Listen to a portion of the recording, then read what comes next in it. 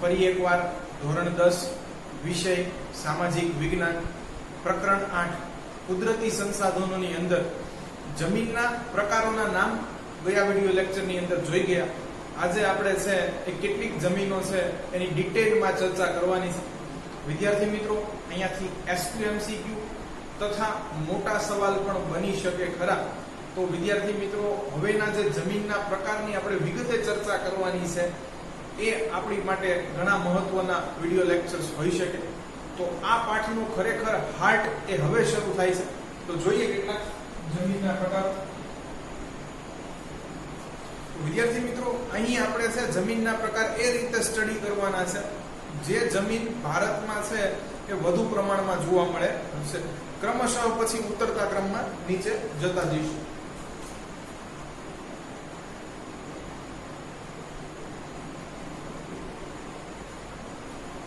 ચાલો, તો સૌપ્રથમ આપણે છે એ કાપની જમીનની વાત કરીશું. ચાલો, તો કાપની જમીન કેવી રીતે રચાય છે ધોરણ 9 ની અંદર ભણી ચૂક્યા છે.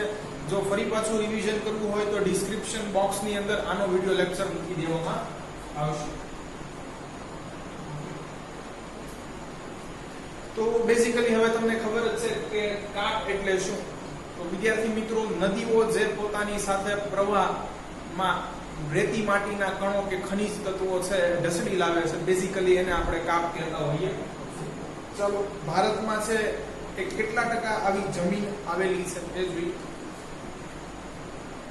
ભારતના કુલ જમીન વિસ્તારના 43% જમીની વિસ્તાર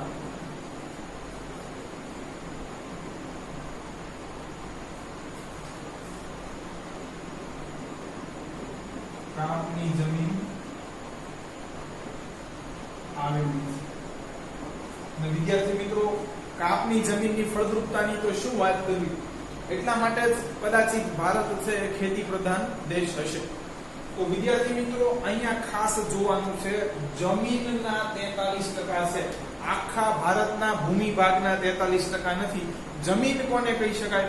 અગેન ગયો વિડિયો લેક્ચર છે રિપીટ કરી લે કે જેની ઉપર કાંઈક વનસ્પતિ ઉગી નીકળતી હોય એ ભૂમિ ભાગને જમીન કહી શકાય. તો એવી જમીનોના 43% છે, આખા ભારતના નહીં. ખાસ જોજો, ભારતના કુલ જમીની વિસ્તારના 43% જમીની વિસ્તારમાં કાપની જમીન આવેલી છે. કાપની જમીનના બે પ્રકાર છે, આપણે જાણીએ છીએ.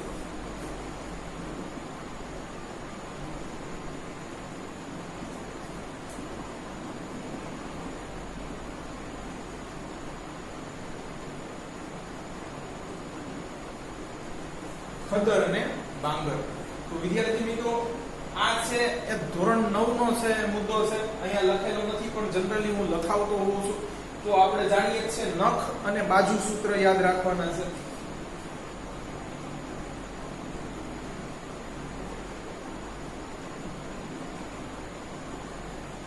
નવા કાપની જમીન હોય એને ખદર કહેવાય અને જૂના કાપની હોય એને બાંગર કહેવાય. ઓલરાઈટ, તો આ બે સૂત્ર યાદ રાખી લેજો. ચાલો, પણ એ લખવાની નથી આ વ્યાખ્યા, તો આપણને તો ખાલી આવડવી જોઈએ એ માટે. તો કાપની જમીનના મુખ્યત્વે તમે બે પ્રકાર પાડી શકો, ખદર અને બાંગર.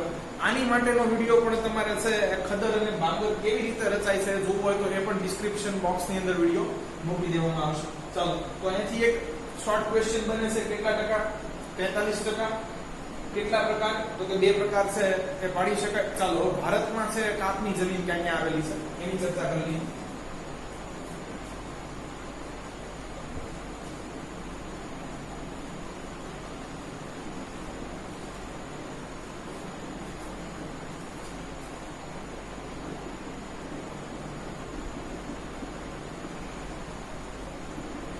ધોરણ 9 યાદ કરો વિદ્યાર્થી મિત્રો, આખું ઉત્તર ભારતનું મેદાન છે કાપનું બનેલું છે. ઓકે, તો અહીંયા છે એ લોકોએ પૂર્વથી શરૂ કર્યું છે અને પછી પશ્ચિમ બાજુ ગયા છે ઉત્તર ભારતની અંદર. કશો વાંધો નહીં. કે છે ભારતમાં કાપની જમીન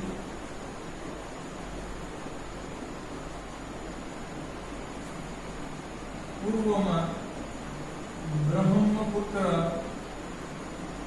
નદીની ખીણથી શરૂ કરી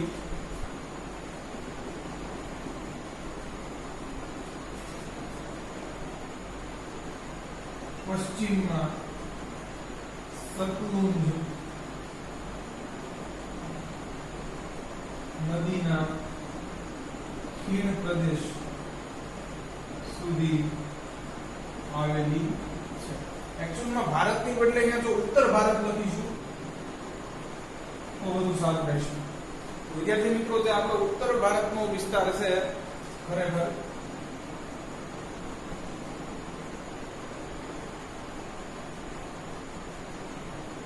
તો આ આખો પોર્શન વિદ્યાર્થી મિત્રો છે કે કાપની જમીનનો જ બનેલો છે. જો ઉત્તર ભારતમાં પશ્ચિમથી પૂર્વ, ઓકે, પશ્ચિમમાં ભાગ થોડો પહોળો છે, પૂર્વમાં થોડો સાંકડો થતો જાય છે. ઓકે, તો આવી રીતનું આખું છે. આ તો ઉત્તર ભારતની વાત થઈ. દક્ષિણમાં જઈએ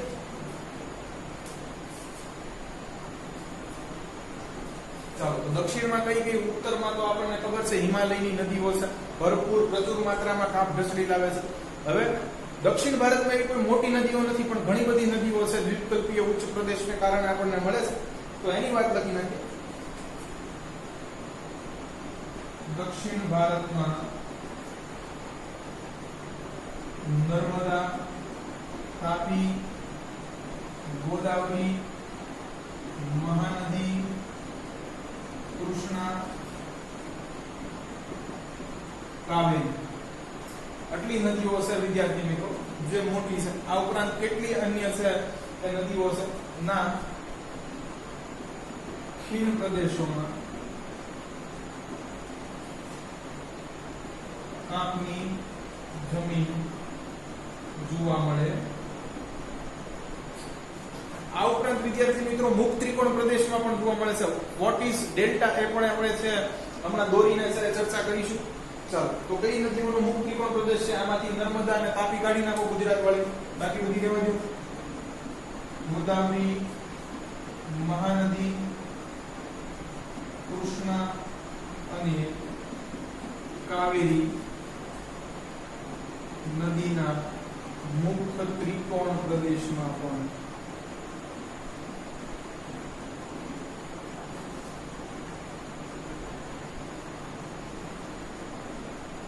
કાપની જમીન જોવા મળે. તો વિદ્યાર્થી મિત્રો, મુખ્ય ત્રિકોણ પ્રદેશ એટલે શું?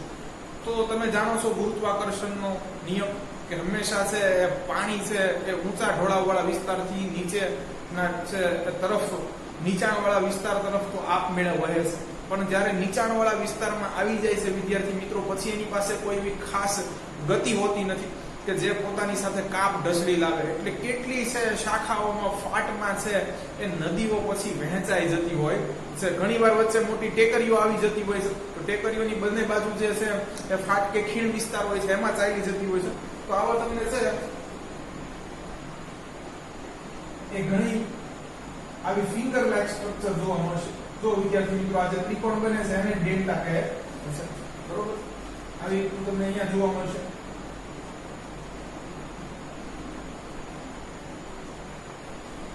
તો આવા પ્રદેશને છે મુક્ત ત્રિકોણ પ્રદેશ કહે છે. હવે અહીંયા પોતાની સાથે છે એ નદી પાટમાં વહી અને છે એ કાપ ઢસડી લઈ જાય છે. એટલે અહીંયા વચ્ચેનો પ્રદેશ પણ છે એ ફળદ્રુપ જ હોય છે. તો આવું કંઈક તમને છે જોવા મળશે, જેને ફિંગર લાઇક સ્ટ્રક્ચર કહે છે, આવી રીતે, બરોબર? અથવા છે એને ડેલ્ટા કે મુક્ત ત્રિકોણ પ્રદેશ કહે છે. તો અહીંયા કાપ જોવા મળશે. તો ભારતમાં અહીંયા જગ્યાએ છે તમને કાપની જમીન જોવા મળશે.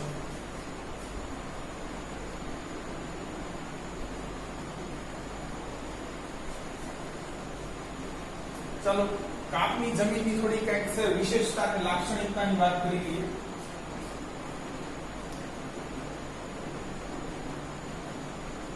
તો કાપની જમીનમાં કયા કયા પોષક તત્વો હોય છે, કયા નથી હોતા એ જોઈએ.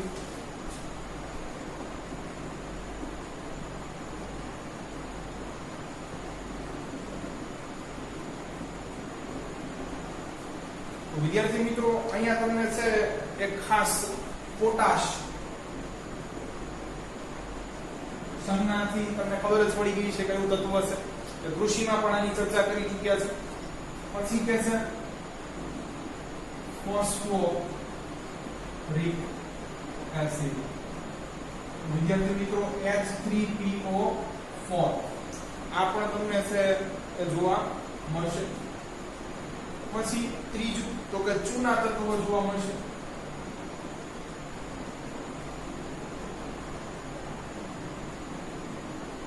આ જમીનમાં જોવા મળે. તો કે આ જમીનમાં શું જોવા નથી મળતું? ચાલો આ ત્રણ વસ્તુ જોવા મળે છે. ચાલો તો જોવા શું નથી મળતું? તો વિદ્યાર્થી મિત્રો અહીંયા નાઇટ્રોજન અને હ્યુમસની માત્રા તમને ઘણી ઓછી જોવા મળશે.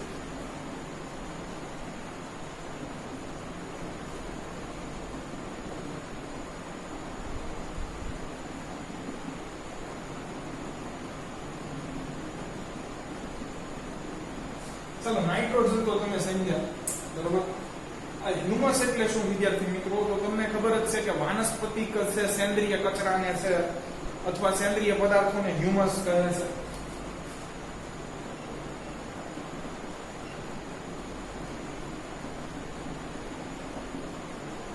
તો ઓબ્વિયસલી વિદ્યાર્થી મિત્રો નદીનો જે પ્રવાહ વિસ્તાર છે ત્યાં તમને વનસ્પતિ તો ન જોવા મળી શકે, અને કદાચ હોય તો પણ નદી પોતાના પ્રવાહ સાથે છે વિદ્યાર્થી મિત્રો આ વાનસ્પતિક તત્વોને છે ઢસડી લઈ જાય છે. એટલે છે એના આજુબાજુના ખીણ પ્રદેશોમાં તમને છે કે વાનસ્પતિક તત્વો અથવા સેન્દ્રિય વાનસ્પતિક તત્વો તો ન જોવા મળે. નાઇટ્રોજન પણ નથી હોતો, તો આનું નિવારણ ભાઈ નાઇટ્રોજન ન હોય તો કઠોળની ખેતી ન થઈ, સોરી નાઇટ્રોજન ન હોય વિદ્યાર્થી મિત્રો તો તમને ખબર છે કે એક પ્રકારે જમીનની ફળદ્રુપતા ન હોય, અંદર કેટલા છે એ સૂક્ષ્મ જીવો તમને ન જોવા મળે. તો આનું નિવારણ તો કે કઠોળની ખેતી કરી નાખો એટલે નાઇટ્રોજનની સ્થિરતા આવી જશે.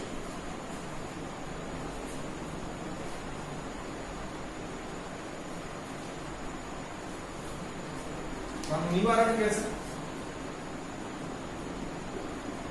છે જમીનમાં કઠોળના પાકનું વાવેતર કરવાથી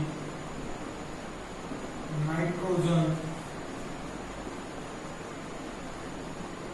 ની સ્થાપના કરી શકાય છે.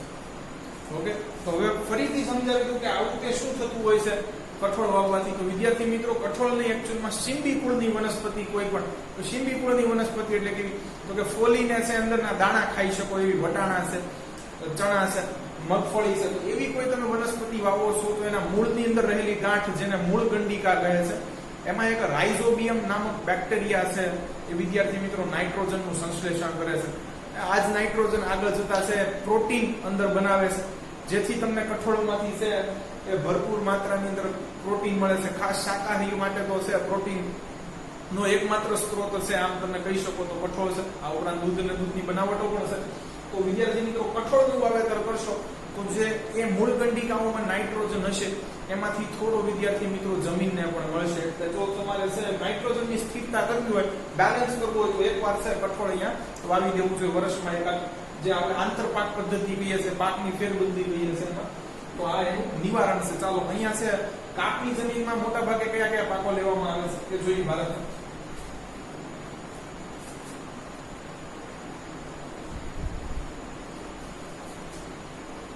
આ વિદ્યાર્થી મિત્રો એક કાપની જમીન કેમ બનેલી છે એમ ટૂંકમાં અહીંયા કીધેલું છે, તો એ વાક્ય પણ એડ કરી દઈએ કે છે કાપની જમીન એ નદીઓના કાપના નિક્ષેપણની દેન છે. નિક્ષેપણ થોડોક નવો શબ્દ આવ્યો, કાંઈ નહીં, અંગ્રેજીમાં સરસ મજાનો શબ્દ છે ડેપોઝિટ, જમા કરવું. બરોબર કે છે કે નદીઓ છે એ કાપ ક્યાંક ક્યાંક જમા કરે છે અને એને લીધે તમને કાપની જમીન મળે છે. કાંઈ નવું નથી લખ્યું વિદ્યાર્થી મિત્રો. ચાલો હવે ભારતમાં છે એ કાપની જમીનમાં કયા કયા પાકની ખેતી થાય છે?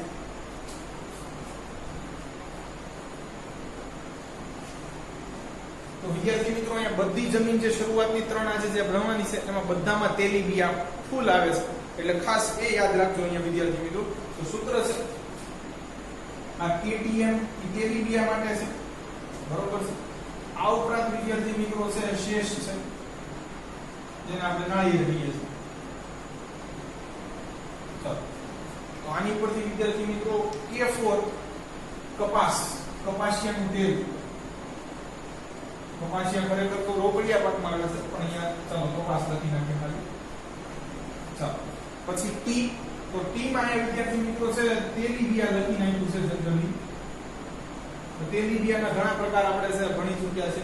પછી એમ માં લખ્યું છે મગફળી. ચાલો, કેટીએમ થઈ ગયું. પછી શે એટલે શેરડી. જો વિદ્યાર્થી મિત્રો ઉત્તર પ્રદેશ છે અને શેરડીનું વાવેતર ઘણું સારું કરે છે, તો અહીંયા મોટા ભાગે કાપની જમીન આવેલી છે, એને યાદ રહી શકે હિન્દથી.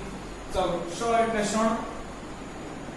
તો પશ્ચિમ બંગાળ છે એ શણનું મોટા ભાગનું ઉત્પાદન કરે છે, આપણને ખબર છે.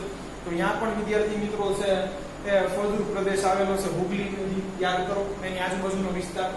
ચાલો, કેટીએમ શેષ. હવે ઘઉં અને ચોખા એડ કરી દો. રચો વગેરે પાક કાપની જમીન ઉપર લેવામાં આવે છે. ઓકે, તો અહીંયા આપણી છે કાપની જમીન પૂરી થાય છે. ચાલો વિદ્યાર્થી મિત્રો, હવે ઉતરતા ક્રમમાં છે આના 43% હતા, હવે 19% વાળી જોવાની છે. રાતી જમીન, રેડ સોઇલ. તો અહીંયા વિદ્યાર્થી મિત્રો રંગને આધારે છે અને રાતી જમીન કહે છે, અંદર કીધું છે.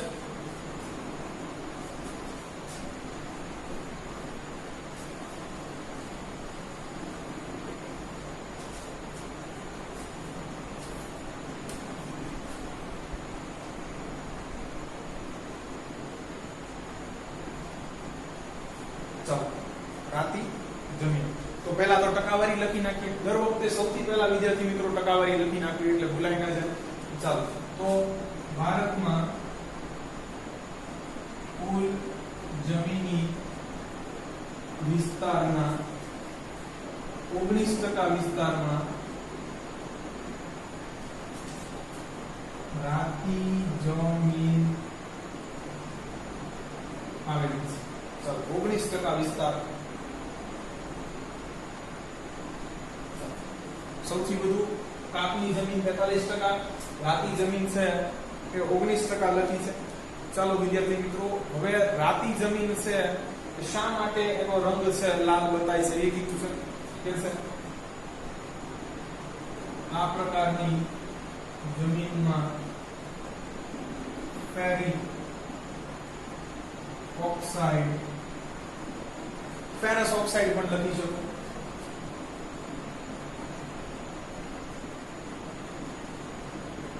ની હાજરીને કારણે તેનો રંગ લાલ બતાય છે.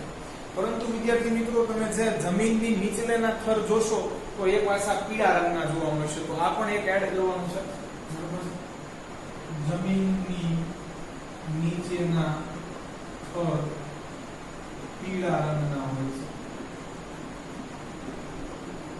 ચાલો, ભારતમાં રાતી જમીન ક્યાં જોવા મળે છે, રાતી જમીનના લક્ષણો કે વિશેષતાઓ શું હોઈ શકે અને એની પર કયા કયા પાક લેવામાં આવે છે, આની ચર્ચા કરીએ.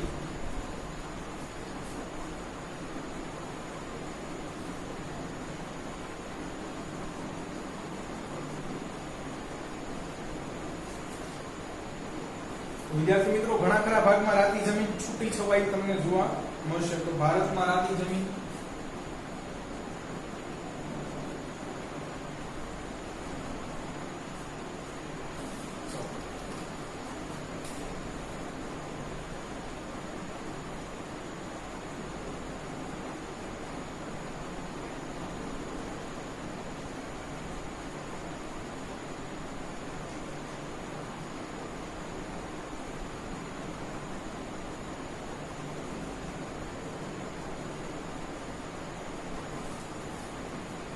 ચાલો વિદ્યાર્થી મિત્રો, તો અહીંયા આપણે છે જોઈએ તો રાતી જમીન સૌથી વધુ તામિલનાડુની અંદર છે. આ પ્રશ્ન ગવર્નમેન્ટની ઘણી બધી એક્ઝામમાં પૂછાઈ ગયેલો છે. તો તામિલનાડુનો જે કોરોમંડલનો આ કિનારો છે, ત્યાં તમને રાતી જમીન જોવા મળશે. તો ગુજરાતમાં તો જે કચ્છ સુધી આવેલી છે, એટલે આ છે અહીંયા રાજમહાલની ટેકરીઓ સુધી આવેલી છે, બરોબર, એટલે ટેકરીઓ કરું છું, અને બુંદેલખંડ સુધી પણ આવેલું છે. તો બુંદેલખંડ વિદ્યાર્થી મિત્રો છે મધ્યપ્રદેશ અને ઉત્તર પ્રદેશ છે એની વચ્ચેનો થોડોક રીજન છે, બરોબર. તો આમ ડાયમંડ કરવાનો છે, બરોબર. આ ઉપરાંત રાજસ્થાનમાં પણ આવેલી છે, આમ લખવાનું છે એટલું. ચાલો તો હું લખું છું. ભારતમાં રાતી જમીન, દક્ષિણ ભારતમાં એટલે નીચે તામિલનાડુ રાજ્યના કોરોમંડલ કિનારા. ચાલો તો અહીંયા તામિલનાડુ છે,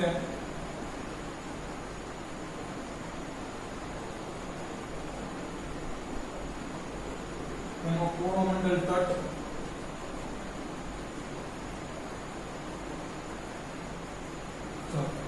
પછી તો કહેશે વિદ્યાર્થી મિત્રો કે પૂર્વ બાજુ રાજમહાલની ટેકરીઓ છે.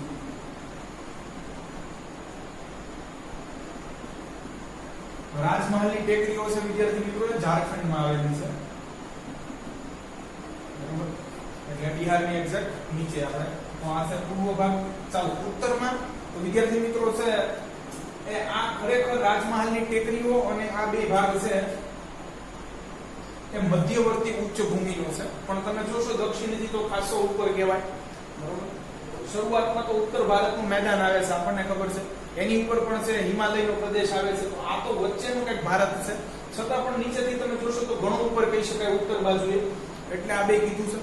ચાલો તો પૂર્વમાં રાજમહાલની ટેકરીઓ, પછી છે કે ઉત્તરમાં કેવો ખરેખર મધ્ય કહેવાય તો એમાં છે બુંદેલખંડમાં આવેલું છે. બુંદેલખંડ સુધી. બુંદેલખંડ છે વિદ્યાર્થી મિત્રો એ એમપી અને યુપી માં થોડો થોડો આવેલો છે, બરોબર. એમપી ના ઉપરના ભાગે અને યુપી ના નીચેના ભાગે. ચાલો હવે તો પશ્ચિમમાં કચ્છ સુધી.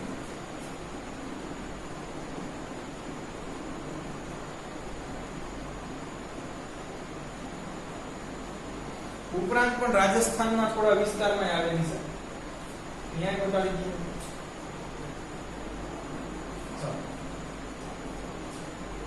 ઉપરાંત રાજસ્થાનના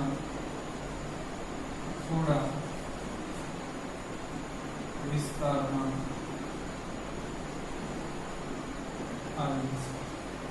ઓકે, તો એટલી જગ્યાએ છે કે રાતી જમીન તમને સૂકી છવાઈ જોવા મળશે, એટલે તે 19% આમ જોઈએ તો જમીની વિસ્તારનો છે એ 5મો ભાગ રોકે છે.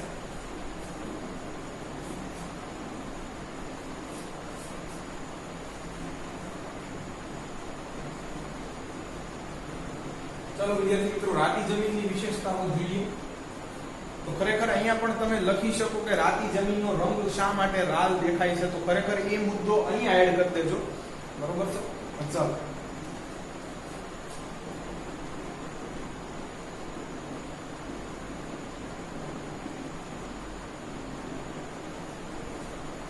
વિદ્યાર્થી મિત્રો અહીંયા કહે છે કે કાંકર એટલે કાંકરાઓ, પછી આગળ કહે છે પોટાશ, બરોબર, અને આગળ કહે છે ચૂનાની ઉણપ જોવા મળે છે.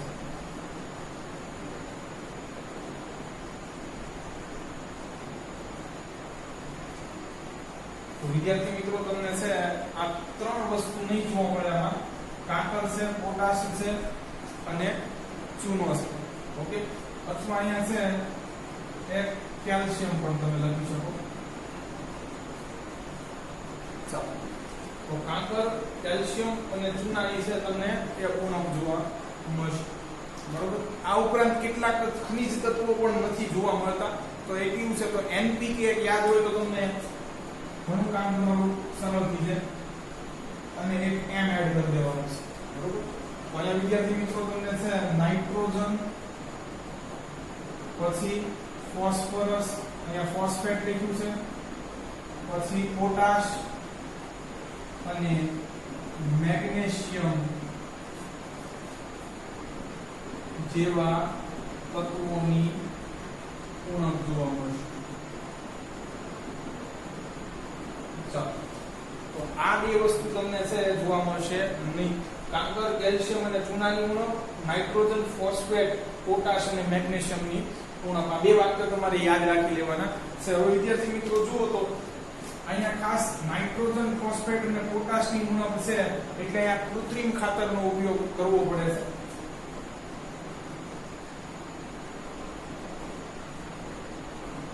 કારણ કે અકાર્બનિક તત્વો છે એ ઓછા જણાય છે. ત્રણેય અકાર્બનિક તત્વો છે અને આપણને ખબર છે વિદ્યાર્થી મિત્રો કે રાસાયણિક ખાતર છે અકાર્બનિક ક્ષાર છે.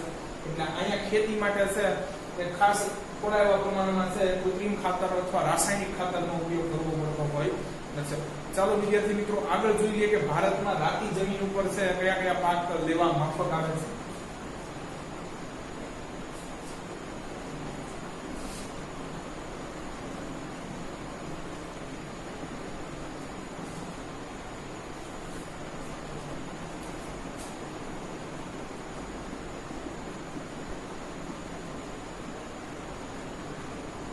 અહીંયા એ સૂત્ર છે વિદ્યાર્થી મિત્રો KAM.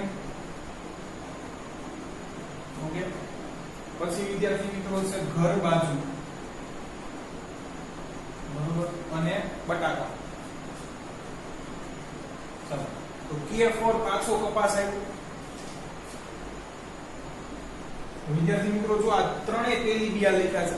પછી અળસી, ફ્લેક્સીડ,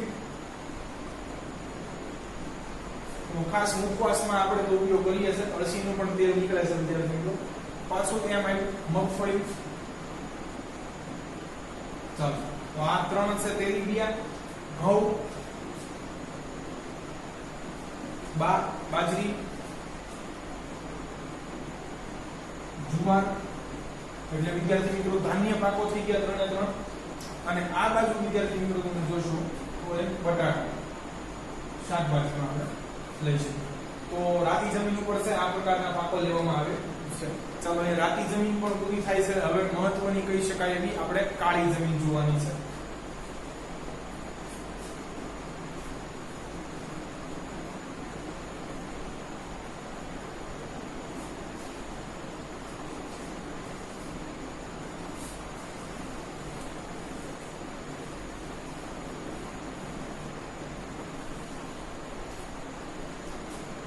Black soil.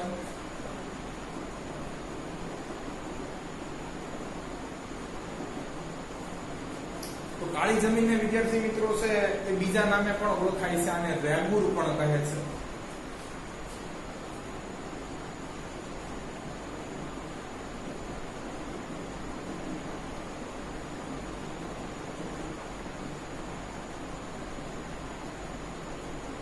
તો એમસીક્યુ પૂછાઈ શકે વિદ્યાર્થી મિત્રો, કાળી જમીન છે બીજા કયા નામે ઓળખાય છે? રેગુર. ઓકે, કલર બદલી નાખીએ.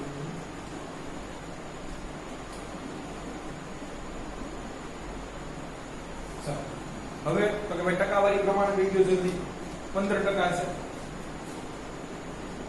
કાળી જમીન એ ભારતના કુલ જમીની વિસ્તારના 15% વિસ્તારમાં જોવા મળે છે. ચાલો, હવે તો કે કાળી જમીનનું નિર્માણ કેવી રીતે થયું છે કે વિદ્યાર્થી મિત્રો, કાળી જમીન છે ખરેખર લાવાના પથરાવાથી નિર્માણ પામી છે. અને વિદ્યાર્થી મિત્રો તમને ખબર છે કે અરબ સાગરનું નિર્માણ પણ છે એ લાવાના છે એ પ્રસ્ફુટનથી થયેલું. તો આ રીઝન આપો. એટલે આની આજુબાજુ ક્યાંક તમને છે કાળી જમીન જોવા મળતી હોવી જોઈએ. જો 9મું ધોરણ થોડું ભણ્યા હશો, 13મું પ્રકરણ, તો ખાસ તમે આ સમજી શકશો. બરોબર, જે ઢોળાવ બાજુ આ બાજુ છે લાવા પથરાણો, એને લીધે તમને આટલા વિસ્તારની અંદર ક્યાંક છે એક કાળી જમીન જોવા મળી શકે ખરા. તો બિચારાએ કહી દીધું છે નિર્માણ લાવાના પથરાવાથી નિર્માણ પામી છે. આખું લખી નાખીએ. લાવાયિક ખડકો અને આબોહવાને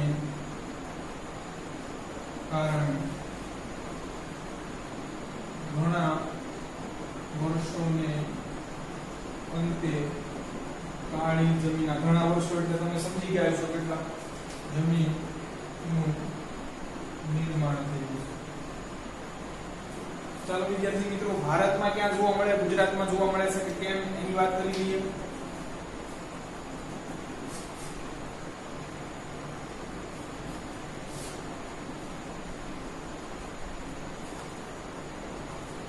તો ભારતમાં કાળી જમીન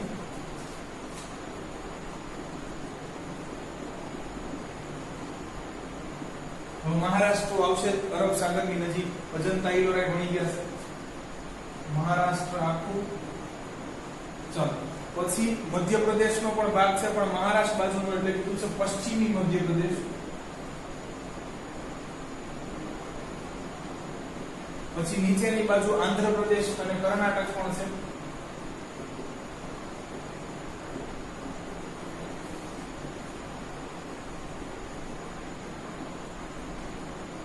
વગેરે રાજ્યો. વિદ્યાર્થી મિત્રો, ગુજરાતમાં યાદ કરો તો ગુજરાતમાં તો દક્ષિણ બાજુ જોઈએ ઓબ્વિયસલી, મહારાષ્ટ્રની નજીક જે ભાગ પડે છે આપણો,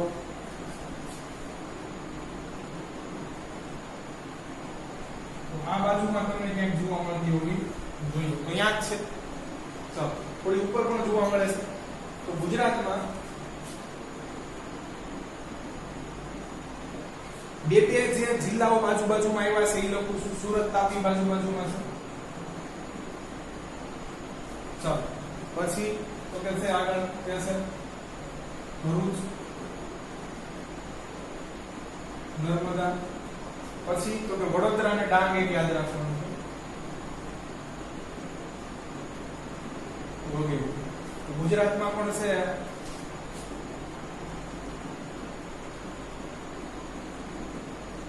આ સ્થાનોએ કાળી જમીન આવેલી છે. ચાલો હવે તો કે ભાઈ કાળી જમીન છે વિદ્યાર્થી મિત્રો, એમાં વિશેષતાઓ શું રહેલી છે, ખાસ એ જોઈ. વિશેષતાઓ ઘણી બધી છે.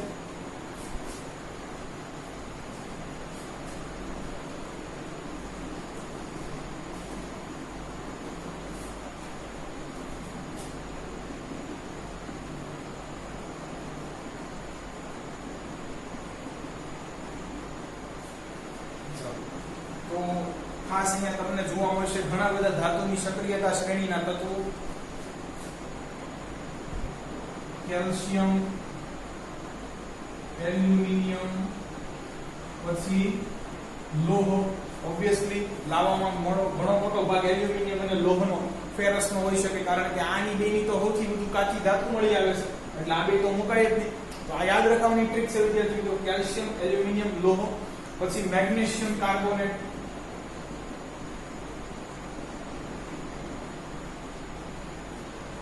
પછી પોટાશ. તમે જોયું હશે વિદ્યાર્થી મિત્રો, તો પોટાશ અને ચૂનાના પથ્થરનો ઉલ્લેખ ત્રણેય જગ્યાએ આવે છે. એક રાતી જમીનમાં હોતું નથી આ બે વસ્તુ, પણ ઉલ્લેખ તો અહીંયા કર્યો છે. ઉપર તમે કાપની જમીન જોઈ લો, અહીંયા છે. તો આ બે ભૂલતા નહીં ખાસ, બરોબર.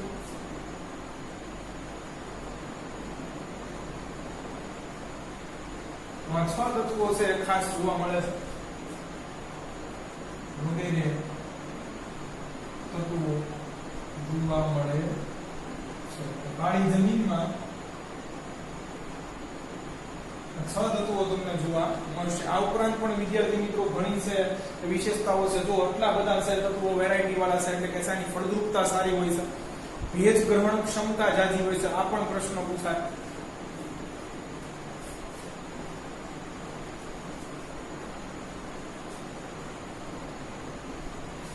ચાલો તો જલ ધારણ ક્ષમતા પૂછાય, અથવા આનું બીજું નામ છે ભેજ ગ્રહણ ક્ષમતા.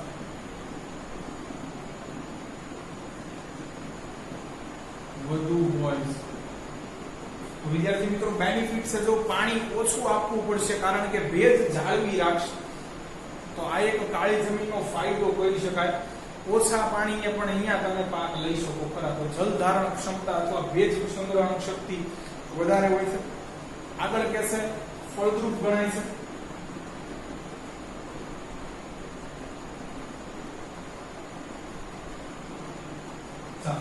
હજી વિદ્યાર્થી મિત્રો જ્યારે પાણી સુકાઈ જાય છે ખાસ કરીને ઉનાળામાં ત્યારે ઉપરની સરફેસ ઉપર તિરાડ કે ફાટ જોવા મળે છે.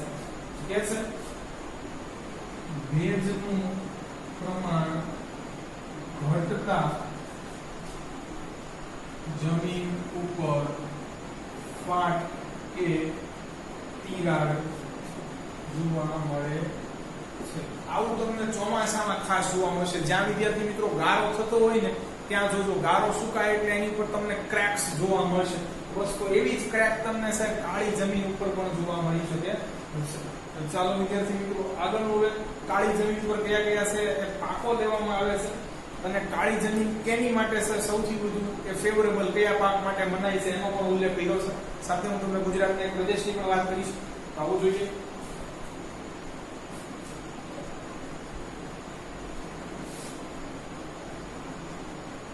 તો અહીંયા પણ ભરી ભરીને તેલીબિયા છે વિદ્યાર્થી મિત્રો. ચાલો કાળી જમીન. જો વિદ્યાર્થી મિત્રો અહીંયા છે અળસી છે,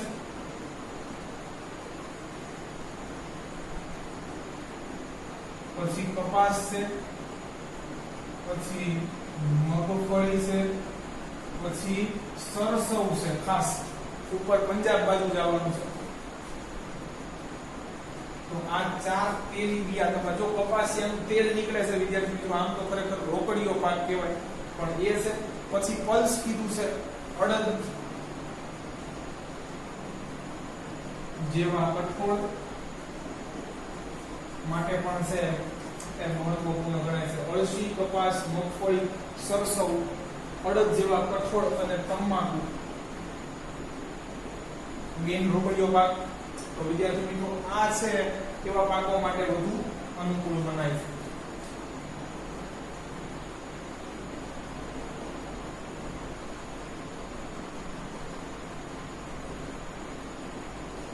સૌથી વધુ કપાસ માટે અનુકૂળ ગણાય છે એટલે આને કપાસની કાળી જમીન પણ કહે છે. તો કહે છે કે કપાસ માટે કાળી જમીન સૌથી અનુકૂળ હોવાથી તેને કપાસની કાળી જમીન પણ કહે છે. ઓકે. તો વિદ્યાર્થી મિત્રો ગુજરાતનો એક રીજન યાદ કરો. આપણે જ્યારે ભણ્યા હતા કપાસ ત્યારે કાનમ રીજન છે એ બહુ હોટ ફેવરિટ છે. ચાલો તો ક્યાં ગુજરાતના અંદર જો આપણે કપાસ માટેના વિસ્તારની વાત કરીએ તો એ છે કાનમ પ્રદેશ ભરૂચનો. એક્ઝેક્ટલી છે વિદ્યાર્થી મિત્રો કે જો તમે તો દરિયાની બાજુમાં જ હશે. તો આ પ્રદેશ છે ખાસ ભરૂચ વિસ્તાર.